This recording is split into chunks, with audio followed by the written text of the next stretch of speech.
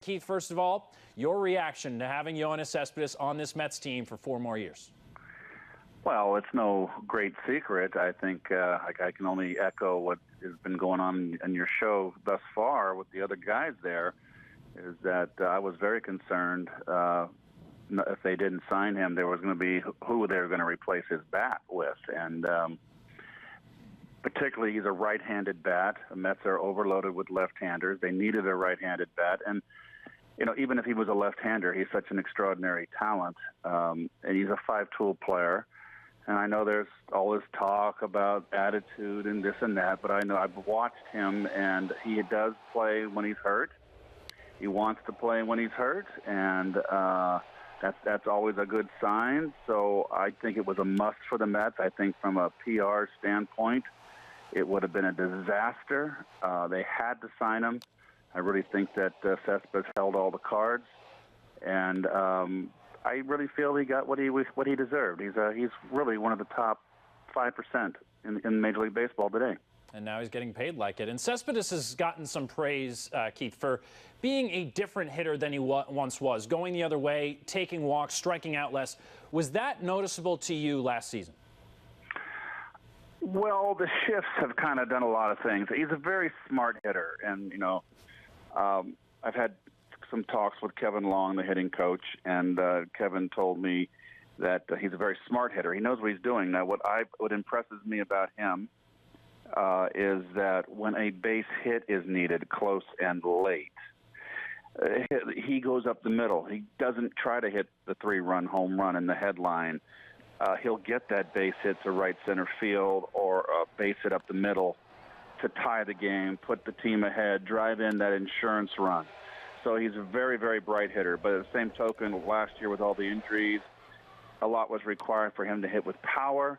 But he's such an intelligent hitter that he can manage this. And I think next year, if everybody's back healthy and he has more help in the lineup behind him, I think he'll thrive. And look at it, he's had 2 tremendous years, a year and a half with the Mets that have been phenomenal. And this is a guy, Keith, who possibly left a year on the table, signs that 4-year deal, clearly wanted to be in New York, clearly wanted to be a New York Met. How rare is it to find a guy like Cespedes who clearly thrives in a market like this? Well, there are some players that have not had success in New York, and there's a lot more that have had success. It's a different ball of wax, a whole different ball game playing in New York, particularly for a contending team. Listen, he carried the team on his back 2 years ago, the last 2 months of the season, and it was an extraordinary what he did that year. And last year, with his injuries, he provided the power and the production that's needed. And plus, he's a tremendous defensive player. He's got a tremendous arm. He doesn't throw to the wrong bases. He's a really, really smart base runner. I said it on the air. He's the team's best base runner. He's a very intelligent player. The Mets had no choice but to sign him. They had no one else to replace him.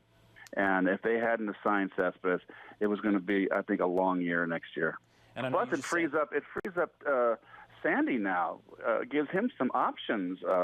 He's got some players under contract now that he can maybe he's got value to make a trade. So that opens the door for Sandy. That's what I'm curious about now, what's going to happen going forward. We can get this basic agreement agreed upon. I mean, let's not kill the golden goose. Let's come to an agreement on a basic agreement between the union, the players, and the owners, and therefore open up the doors for trade talks. And I think Sandy's going to have some cards in his back pocket. And, Keith, I know you said that this was a move the Mets just had to make, but does having this guy in the middle of this lineup make the Mets World Series contenders next season to you? Well, you never know. Look at all the injuries this club had and how remarkable it was that they even got to the playoffs.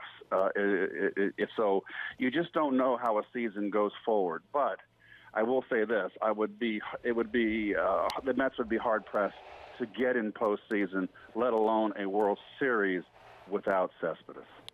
Keith Hernandez, we appreciate you coming on. We look forward to seeing you in the booth very soon. It'll be here before you know it.